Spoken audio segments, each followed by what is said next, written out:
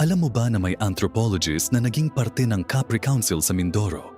Noong 1983, si Dr. Margaret Owens ay pumunta sa remote forests ng Occidental Mindoro para pag-aralan ang pakikipag-ugnayan ng Mangyan tribe sa mga Capri spirits.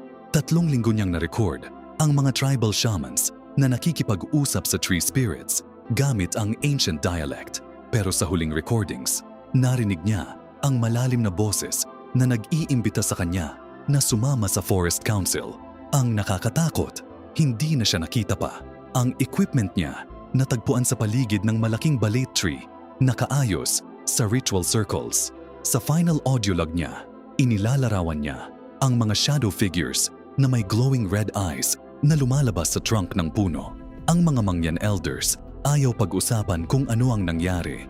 Sabi nila, pinili ni Dr. Owens na maging parte ng old agreements. Pero ang pinaka-nakakatakot, hanggang ngayon, naririnig pa rin ang boses niya sa bagong recordings. Sa lugar na iyon, nagbabala sa ibang researchers na respetuhin ang territory ng mga Capre o kaya magiging katulad nila ni Dr. Owens.